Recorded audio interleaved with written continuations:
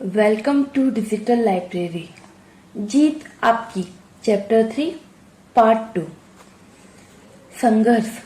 इतिहास बताता है कि बड़े बड़े विजेताओं को भी जीत से पहले हताश कर देने वाली बाधाओं का सामना करना पड़ा।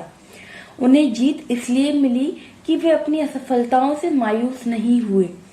हमारा इम्तिहान लेने के लिए जिंदगी में कभी जीत की खुशियां आती हैं तो कभी गम मिलते हैं। यह हम पर निर्भर है कि उनका सामना कैसे करें। जीत कोशिश किए बिना नहीं मिलती।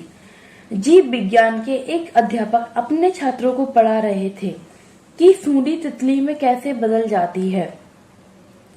उन्होंने छात्रों को बताया कि कुछ ही घंटों में तितली अपने खोल से बाहर निकलने की कोशिश करेगी। उन्होंने छात्रों से आग्रह किया कि वे खोल से बाहर निकलने में तितली की मदद ना करें। इतना कहकर वे कक्षा से बाहर चले गए। छात्र इंतजार करते रहे। तितली खोल से बाहर निकलने के लिए संघर्ष करने लगी। छात्र को उस पर दया आ गई। अपने अध्यापक की सलाह ना मानकर उसने खोल से बाहर निकलने की कोशिश कर रही तितली की मदद करने का फैसला किया। उसने खोल को तोड़ दिया, जिसकी वजह से तितली को बाहर निकलने के लिए और मेहनत नहीं करनी पड़ी। लेकिन वह थोड़ी ही देर में मर गई।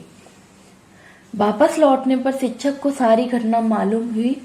तब उन्होंने छात्र को बताया कि खोल से बाहर आने के लिए तितली को जो संघर्ष करना पड़ता है, उसी की वजह से उसके पंखों को मजबूती और शक्ति मिलती है। यही प्रकृति का नियम है। तितली की मदद करके छात्र ने उसे संघर्ष करने का मौका नहीं दिया। नतीजा यह हुआ कि वह मर गई। अपनी जिंदगी पर भी यही उसूल लागू कीजिए। जिंदगी में कोई भी कीमती चीज संघर्ष के बिना नहीं मिलती। माँ बाप अपने बच्चों को शक्ति हासिल करने के लिए संघर्ष करने का मौका नहीं देते। इस तरह वे जिन्हें सबसे अधिक चाहते हैं उन्हीं को नुकसान पहुंचा बैठते हैं। बाधाओं को दूर करना। बाधाओं को दूर करके आगे बढ़ने वाले लोग उन लोगों की तुलना में अधिक सुरक्षित होते हैं जिन्होंने कभी उनका सामना ही नहीं किया। हम सभी को कभी ना कभी दिक्कतों का सामना करना ही पड़ता है। उनकी वजह से कई बार हम मायूस हो जाते हैं। निराशाओं का सामना सबको करना पड़ता है, पर जीतने वाले हताश नहीं होते। ऐसे हालात का जवाब दृढ़ता ही है।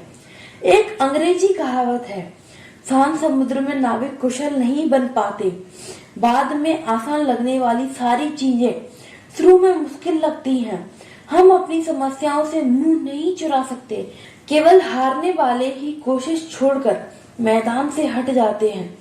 अधिकतर लोग ठीक उसी समय हार मान लेते हैं जब सफलता उन्हें मिलने ही वाली होती है। विजय रेखा बस एक कदम की दूरी पर होती है, तभी वे कोशिश बंद कर देते हैं। वे खेल के मैदान से अंतिम मिनट में हट जाते हैं, जबकि उस समय जीत का निशान उनसे केवल 1 फुट के फासले पर होता है। हम सफलता को कैसे मापते हैं? असली सफलता किसी काम को अच्छी तरह करने और अपने लक्ष्य को हासिल करने के एहसास से मापी जाती है। सफलता इस बात से नहीं मापी जाती कि हमने जिंदगी में कौन सा ओहदा हासिल किया है, बल्कि इस बात से मापी जाती है बल्कि हमने वह मुकाम कितनी रुकावटों को दूर करके हासिल किया है।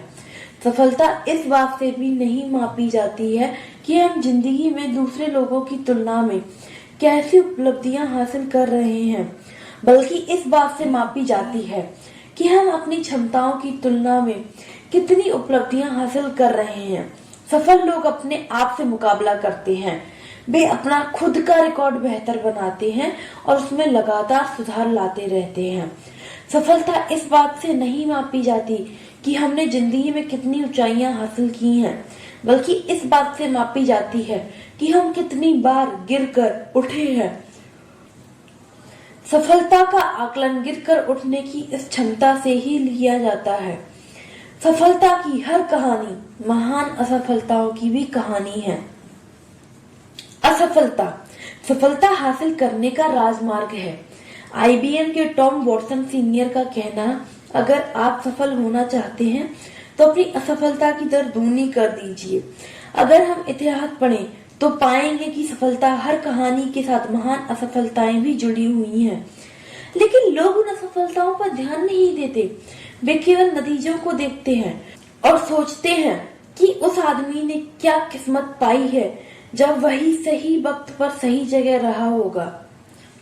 एक आदमी की जिंदगी की कहानी बड़ी मशहूर है। यह आदमी 21 साल की उम्र में व्यापार में नाकामयाब हो गया। 22 साल की उम्र में वह एक चुनाव हार गया। 24 साल की उम्र में उसे व्यापार में फिर सफलता मिली। 26 साल की उम्र में उसकी पत्नी मर गई। 27 साल की उम्र उसका मानसिक संतुलन बिगड़ गया। 34 साल की उम्र में वह कांग्रेस का चुनाव हार गया। 45 साल की आयु में उसे सीनेट के चुनाव में हार का सामना करना पड़ा। 47 साल की आयु में वह उपराष्ट्रपति बनने में असफल रहा।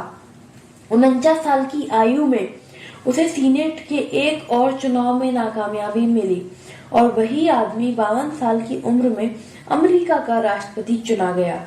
वह आदमी अब्राहम लिंकन था। क्या आप लिंकन को असफल मानेंगे? वह शर्म से सिर झुकाकर मैदान से हट सकते थे और अपनी वकालत फिर शुरू कर सकते थे, लेकिन लिंकन के लिए हार केवल एक भटकाव थी, सफर का अंत नहीं।